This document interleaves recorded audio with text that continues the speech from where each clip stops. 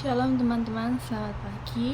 Sebelum kita memulai renungan pada hari ini, mari kita berdoa. Bapa kami di surga, terima kasih atas berkat-Mu hingga pagi hari ini kami bisa bangun dan sebentar kami akan mendengarkan renungan. Kiranya Tuhan berkati kami sehingga kami bisa mengerti apa yang hendak Kau sampaikan dalam renungan kami pada pagi hari ini. Terima kasih Tuhan Yesus, haleluya, amin. Judul renungan pada pagi hari ini yaitu stagnasi iman, yang diambil dari bacaan Lukas pasal 7 ayatnya yang ke-31 hingga ke-35.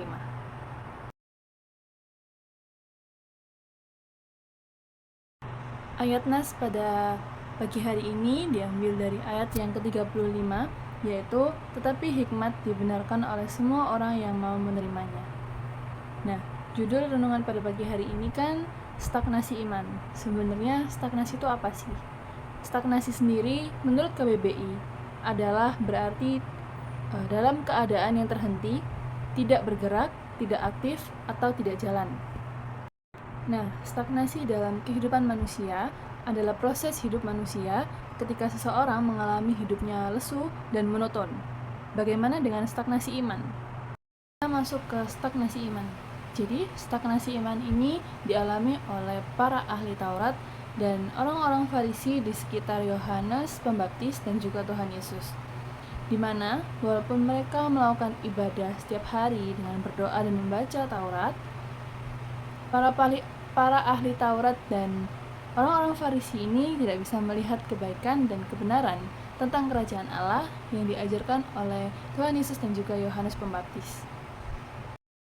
Mereka ini hanya bisa melihat bahwa Yohanes Pembaptis adalah orang yang mengajarkan hal-hal yang berbeda dari ajaran mereka.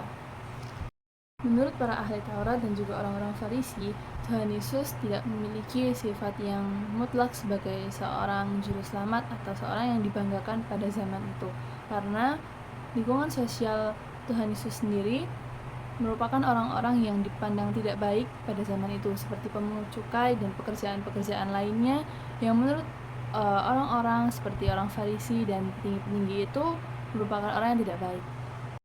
Bagi mereka yang mengalami stagnasi iman, orang-orang yang suci yang dianggap kudus tidak boleh bergaul dengan orang-orang pendosa dan orang-orang yang dianggap rendah lainnya. Dari cerita kali ini, stagnasi iman itu bisa disimpulkan bisa membutakan seseorang terhadap sesuatu. Maksudnya bagaimana? Jadi stagnasi iman ini bisa memberikan anggapan bahwa seseorang itu merupakan orang yang memiliki pengajaran paling benar, seperti orang-orang Farisi dan ahli-ahli Taurat ini. Mereka merasa diri mereka paling benar dan ajaran mereka paling benar, sehingga jika ada ajaran lain, ada orang-orang lain yang mencoba untuk memberikan informasi-informasi terbaru, mereka akan menganggap bahwa itu salah. Yang terbenar adalah ajaran mereka dan kepercayaan mereka. Sebenarnya, stagnasi iman ini tidak hanya membutakan seseorang terhadap kebenaran, namun stagnasi iman ini bisa membuat orang menjadi mati rasa terhadap ketidakadilan yang terjadi di sekitarnya. Maksudnya bagaimana? Jadi orang-orang yang memiliki stagnasi iman cenderung memiliki rasa acuh tak acuh atau tidak peduli terhadap kehidupan sosialnya. Semisal ada ketidakadilan yang terjadi dalam lingkungan sekitarnya, dia akan memilih untuk diam dan merasa tidak bersalah jika ia melakukan suatu dosa.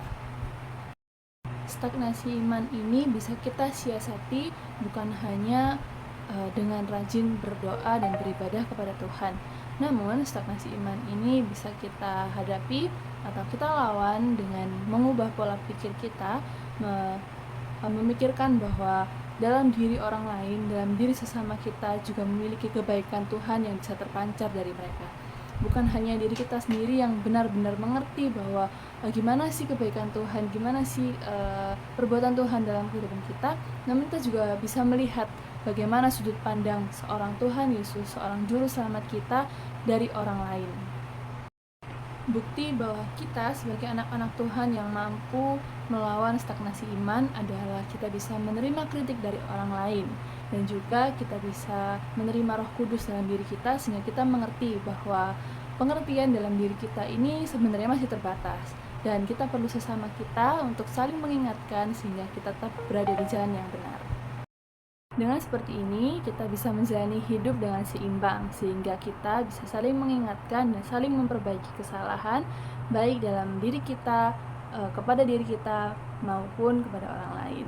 Jadi, mulai sekarang, jangan takut untuk mengerti bagaimana sudut pandang orang lain, dan selalu buka diri kalian untuk melihat bagaimana cara melihat orang lain, cara pandang orang lain, karena belum tentu pemahaman kalian itu sama seperti pemahaman orang lain. Jangan pernah menyalahkan apa yang orang lain lihat, karena perasaan dan pikiran kita nggak bisa disamakan. Semuanya pasti berbeda dan semuanya harus selalu dihargai dan dihormati.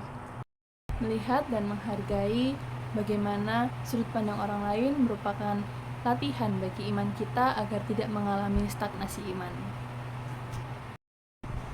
Tuhan Yesus memberkati. Mari kita tutup renungan pada pagi hari ini dengan berdoa. Tuhan Yesus, terima kasih atas berkat-Mu. Kami sudah mendengarkan renungan, kiranya Tuhan selalu memberkati iman kami sehingga kami bisa menerima saudara-saudara di sekitar kami. Berkati kami selalu Tuhan. Terima kasih Tuhan Yesus, dalam nama Tuhan Yesus. Haleluya. Amin.